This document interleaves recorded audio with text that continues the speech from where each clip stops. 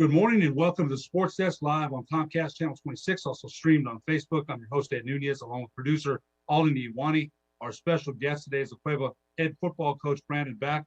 His Bears were victorious in the opening game Saturday at Wilson Stadium, 35-14 over Cibola. Coach Back, welcome to the show. Thanks for having me, guys. I appreciate you guys.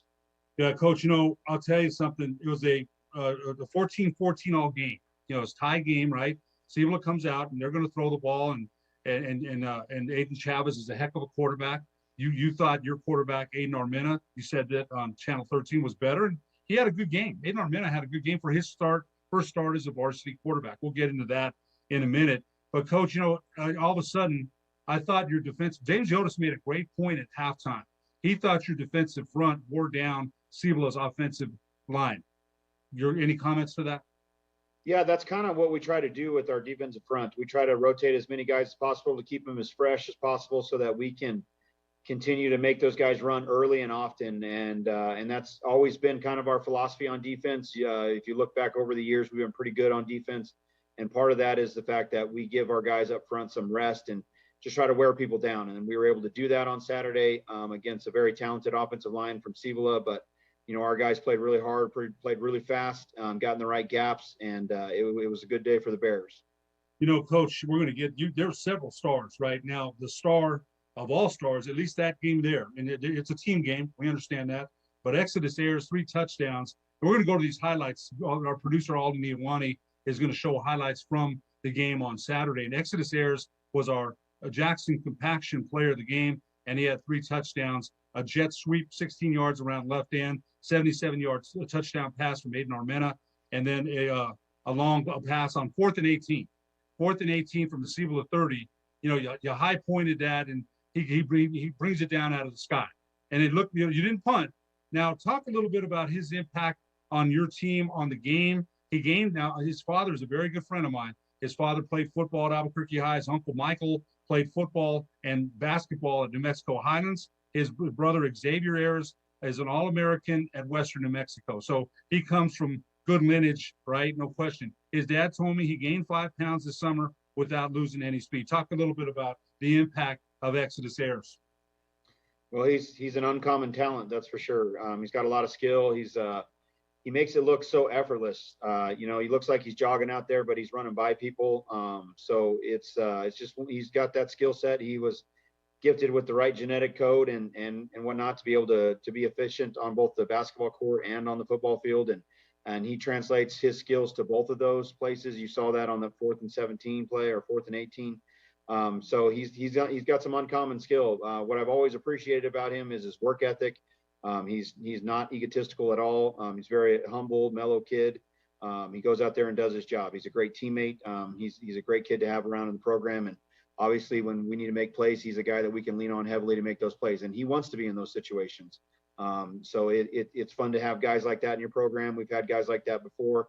And it's always fun when you get a guy who can bring a spark to your offense. And I think that's what he did for us on Saturday.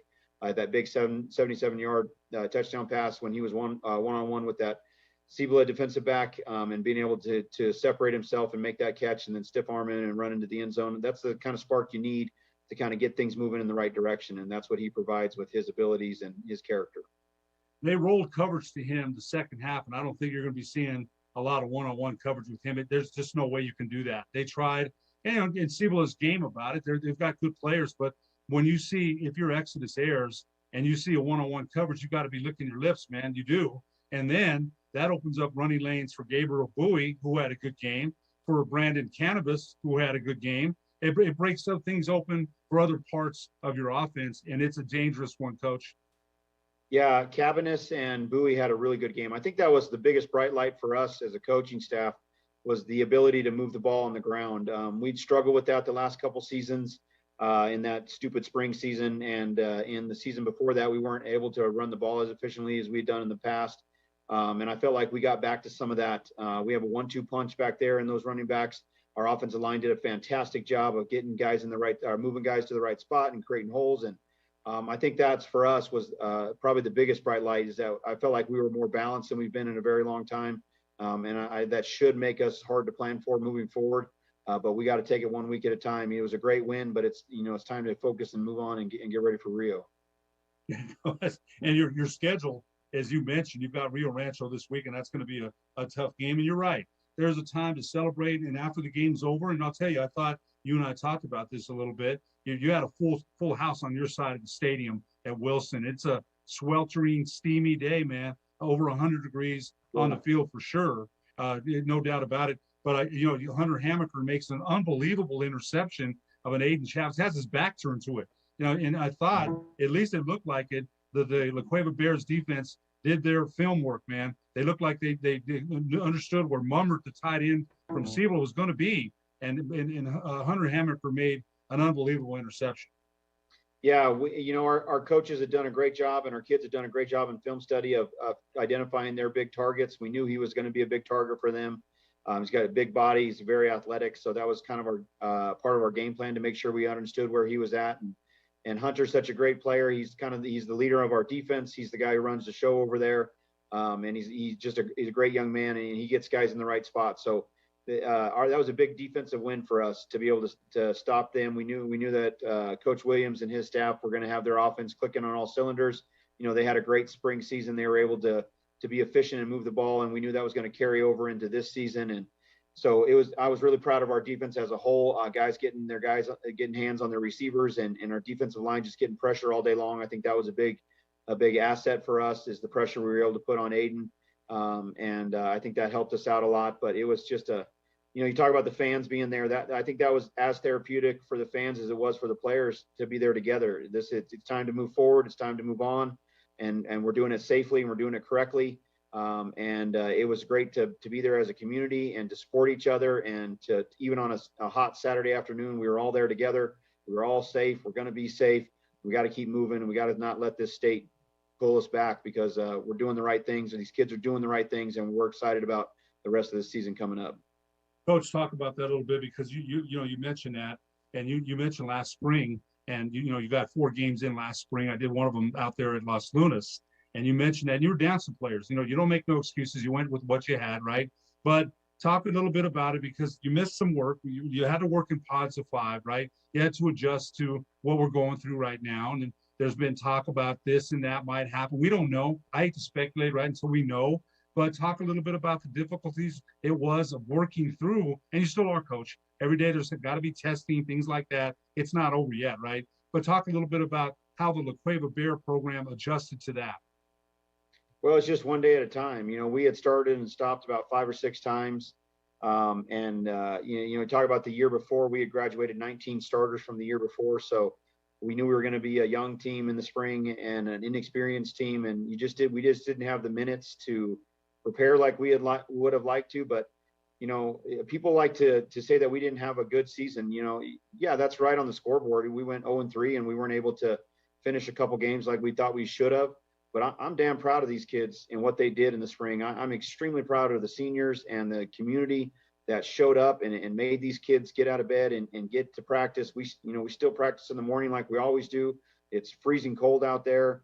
Things aren't going well in the field, and our boys just showed up every single day. And that speaks more volumes and speaks at a louder voice than anything else that I've done probably in a lot of my coaching career, because no matter how terrible the situation was and how many things were robbed from these kids from ridiculous adults, these kids showed up every single day. And I'm so proud of what we did in the spring.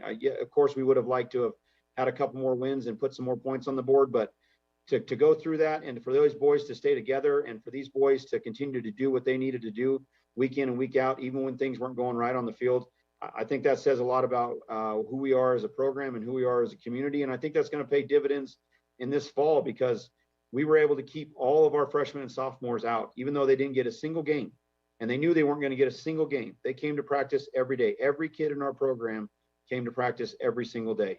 And I think that's going to pay dividends for us in the fall, and I'm looking forward to that. Our numbers are really good right now, and I'm proud of our community for the effort that they put forward as we move on to this and shift gears and get back to some real life situations. Coach, you told Coach Jim Ottman, the legendary former Sandia coach, the Mexico Sports Hall of Fame guy, that you felt like this team might have a chance to really do some work, man, do some damage. The Cueva's a storied program. We all understand that. We get it. But what's your optimism around? I mean, again, we talked about cannabis. We talked about Aiden Armena. We talked about Exodus Ayers. You've got a solid defense. Great. It takes time to develop, but you've definitely got some playmakers. Talk about your optimism a little bit about this year's version of the La Cueva Bears. Maybe we'll make a deep run. Well, like I said earlier, I think what's going to help us out is that we were able to, no matter what the season looked like, we were able to all be together last spring. So I think that's that's why we feel as a coaching staff, we feel confident in these kids because we maximized every minute we could with them. So that brings a lot of security to us. You ask any coach who's ever been there at the end of the season, it takes as much luck as it does talent. And we feel like we have the talent to do something special. We gotta have good luck our way. We gotta have good luck in the injury department and things like that. But we're just excited because we're back to full action, and we're back to how we had an off season. We had good preparation, and we got good young kids. And so our excitement is just about the fact that our kids never waver. We tell our kids all the time that real men are present. And if you want to make an impact in your life and your marriage and your job, you have to be present first. And I was really proud of our kids for being present during the hard times and being present during the summer. And they're continuing to be present as we move forward through this fall. So that's what gives us excitement. And our kids are super hungry and eager. And there's a lot of talented teams around the state. So like I said, I feel like we got the talent to check some boxes. We need some luck to fall our way. And we need to be able to stay as a community at these games and have people at these games and continue to support these boys. I think if we do those things, I think it's going to be a great year for the Bears. Well, I'll tell you what, Coach, you could tell how hungry they were on Saturday. I'll tell you that. You could definitely tell that. We're going to take a short break. When we come back, we'll talk more to the Cueva head football coach, Brandon Back, on the sports desk after these messages.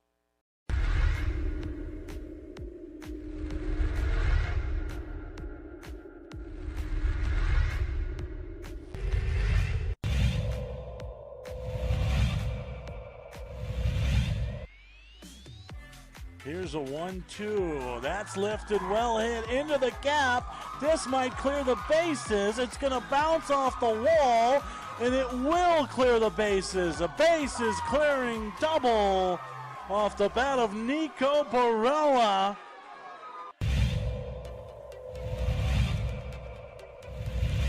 Got the glove on it. Squeezes for a second. That's tapped on the ground. Might be academic. They'll flip it to first in time for the double play ball.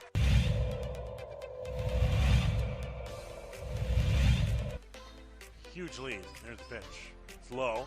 Runner going on a delayed steal, and he's going to be out at second.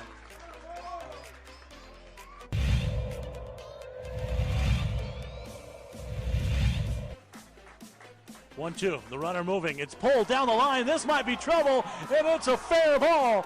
Sandoval coming around. Coach Pineda going to send him to the plate. Here comes the tying run, and he scores. Sandoval.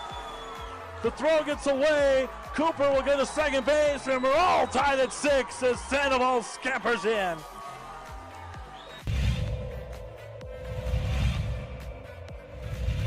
Hit so far.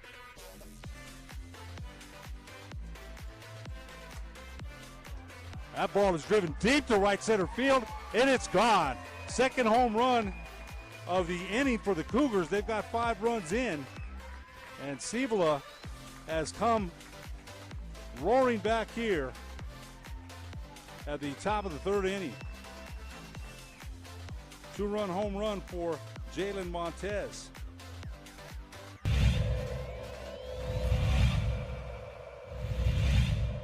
Long look in. There's a pitch.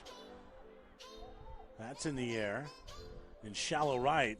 Very aggressive as Gerard Pineda will have a play at the plate. Oh, what a hose in right. The ball was waiting for him as he came home, and he was dead to rights. 2-2, nobody out. 2 runs in.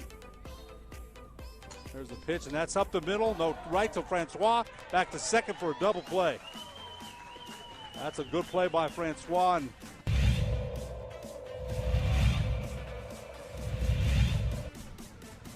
0-1 to Araceli Morales. There's the pitch. Morales swings, hits to Vela. What a catch by Vela in right field. Vela coming to her, running to her left and diving.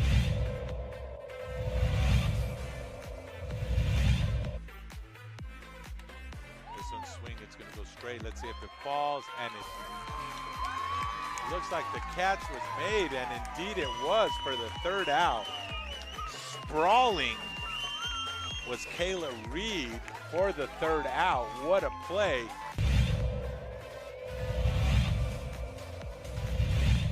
Garcia prepares, deals, and she swings it. This one looks ding dong doink. Yabba dabba doo. Grand slam by Mia Flores.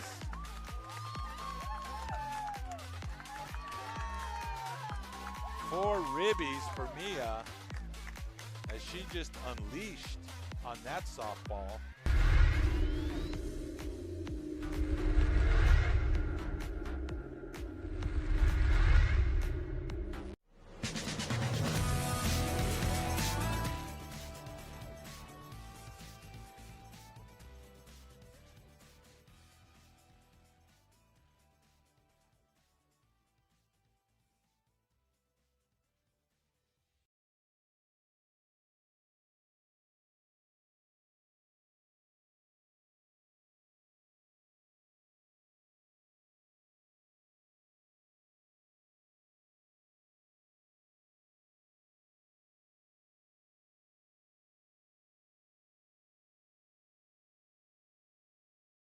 We were also wanted to welcome back to the sports desk. We also wanted to wish the family of Phil Griego our prayers and thoughts. Coach Phil Griego, the former St. Pius basketball coach, won 3 state championships, passed away on Sunday afternoon, and 60 years old. One of the greatest people I know, a great coach, but a better human being. So our thoughts and prayers from ProView Networks to Coach Griego and his family. We're back with Coach Brandon, back with the Cueva head football coach. And Coach, I'll tell you got Rio Rancho this week, but I wanted to go over some more stars that you had on Saturday. And I thought one of them was Hope Mangino, your safety, made some plays. Jackson Cherry, they took some shots down the field with Nathan Lopez. And talk about Jackson Cherry, I thought he forced Lopez to the sideline and forced him with no real estate there. I thought Jackson Cherry played very well as well.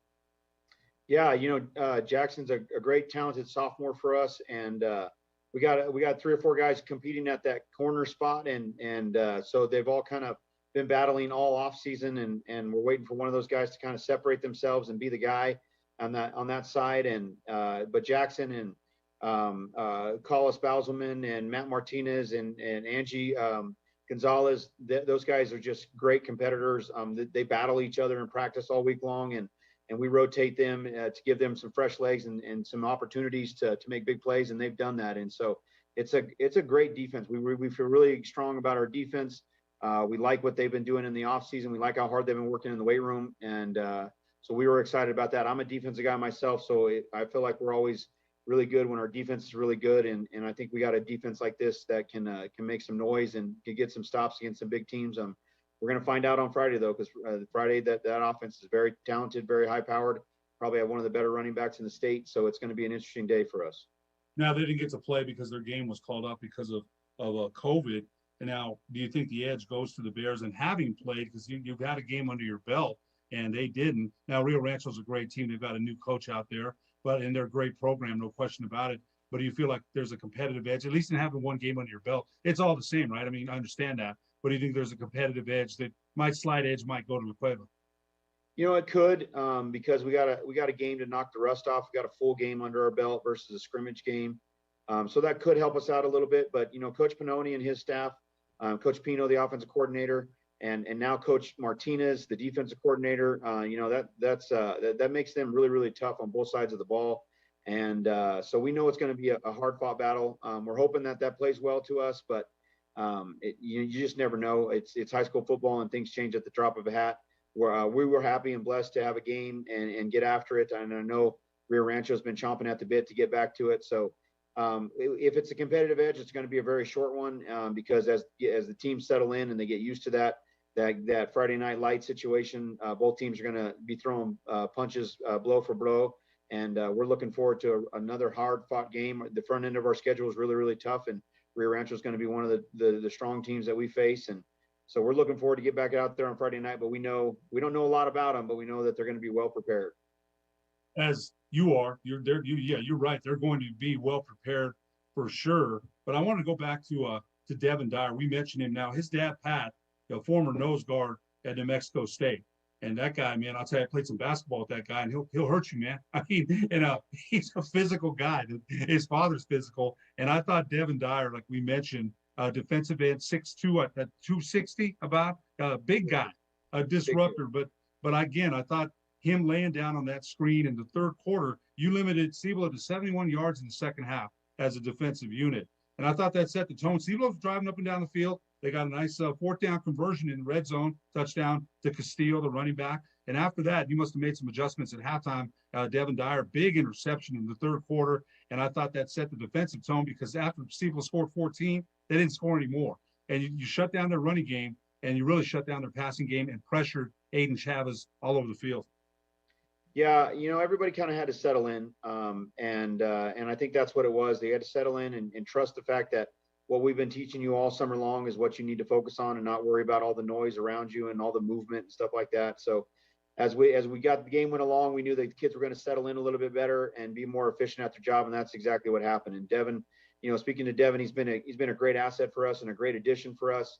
It's very hard for a kid as a senior to transfer schools and to move to a complete new district and a new house and a new community. And I know that was hard for him and his family, but they've done a great job. Him and his younger brother have done a great job of just jumping in with both feet and being fully assimilated with our program. He's shown himself to be not only just a great talent, but a great leader. And I think that's a big difference, that he gets that opportunity to be out here and to play on the defensive side of the ball and to make some plays. And he's really listened and he's worked hard to do what we do on defense. And he got a big play. But he also made some big plays that very few people will ever notice on counter and things like that. He did a really good job. He had a great game. But it was our philosophy on that side of the ball is a team situation, and he's one member of that team, and he knows that, and he works hard to be an active member of that, and we're really excited for him and proud of him as he comes over here as a senior. That's not easy to do. Aiden Armenta, it's his first game as a starting varsity quarterback. He's a junior, and he gets to play last year. He was injured, I believe. Now, game manager, he had some good numbers and made some good throws. You let him run the RPO twice, and I thought he showed some great promise with that. I thought rolled with the fake very good. Thought the ball handling was good on those two RPOs. What do you make of his first varsity start as the starting quarterback? Well, he wasn't injured last year. He was just I didn't want to get him hurt last year. It would be a terrible situation for him to be in a 3-game nothing season and get hurt and whatnot. And so we tried to limit his reps a little bit more to protect him because we knew he had 2 full seasons coming up. We also wanted to give our 2 senior starting quarterbacks as many reps as possible because they had so many things taken away from them. But he was a great teammate during that spring season. He did what he needed to do. He got better. And as he gets his feet wet a little bit more, he continues to make those reads, and those are hard reads. It's easy to make those reads in practice, but it's a different type of read in game speed. And he just did a great job. He settled in. His teammates trust him 100%. He's got a really powerful, strong arm. And he does a great job of listening to his coaches. And so that makes us on offense really dynamic because he can run it when we need him to. And he can make big plays with his arms and his feet. But I think what also helps him is to take the load off is when you have a good running game, and that's what you get with Bowie and Cavanis. And so I think we're balanced, and we're excited about what our offense can do. But Aiden has been chomping at the bit for the last couple of years to get his opportunity and his chance, and he's taken full advantage of it so far. So we're excited for him. He's a great kid, great leader, and I think he's going to do great things this year. Well, another wrinkle that you have when you mentioned Cannabis, who ran like someone stole something from him on Saturday, put his head down, and you killed the clock with that last drive, right? You're not going to put the ball in the air. You don't need to. He got about 2 or 3 first downs, moved the chains, and that was that. And I'll tell you something, Coach, he ran hard, man. I was impressed. He ran really hard, put the helmet down, 5 yards, 3 yards, 6 yards, bam, game over. Yeah, he ran into a couple injuries as a sophomore and a junior, unfortunately, that kind of ended his season earlier. He would have ran the ball for us last year as a junior, but he ran into a pretty significant ankle injury. So it's been nice to have him healthy, knock on wood. It's been nice to have him healthy because he is a great running back. He's got some breakaway speed, but he really does a great job of seeing the hole. And then you got Bowie on the other side of him, who's a power back. He's got tree trunks for legs, man. And that kid grind those yards away. So it's been a real blessing to be able to run the ball efficiently with those guys. And what's nice, when you get 2 running backs, sometimes you run into a situation where one might feel like he's being gypped out of reps. And we don't get that sense with our running backs. Our running backs support each other.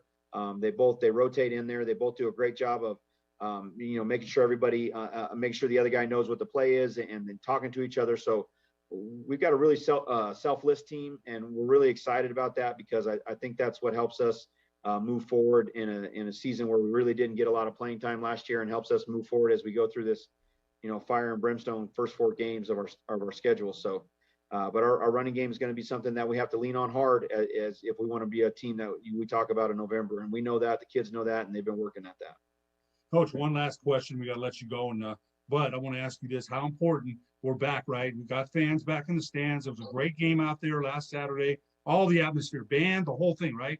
But talk about how important it is for the kids, the community, to have these things at these games. Talk about that real briefly. Well, a band, when the band's not at the game, it's a different game. It just is a different game. Our Big Bad Bear Band, they work as hard as we do. We both practice in the morning. It's 0 dark 30 out there, and you'll hear the band playing and you'll hear whistles blowing from the football team. We're both out there together, and when we're both there together at the game, it's just a different environment. And to have the community and the fans there, we're doing it right, we're doing it safe, and it's important for these kids to be there. It's important for these communities to be there to support each other. It's something that's been happening all over the state, all over other states around us. There's no reason why it shouldn't be any different in this state, because our kids are doing everything they've been told to do and everything they've been asked to do. And it was very therapeutic for all of us to be there together. And it's something that needs to make sure that we keep moving, keep having as we move forward, because we're doing it right. We're doing it just like everybody else. It's time that we take a step forward and step out of the shadows a little bit and step out of the fear and realize that you have the opportunity to come to a game or not come to a game, depending on how you feel. And we'll support you either way, but it was great to have everybody there. Coach Brandon Beck, you got the Rio Rancho Rams this Friday. We wish you the best of luck. We sure appreciate you joining us on the sports desk. Thank you, sir. I appreciate all that you guys do for us. You and ProView, you guys are wonderful. Getting our faces and our names and our families the ability to watch these games and watch these kids it's just an amazing thing, and we appreciate you guys. You bet. For producer Alden Iwani, I'm Ed Nunez. We'll see you next week on the sports desk.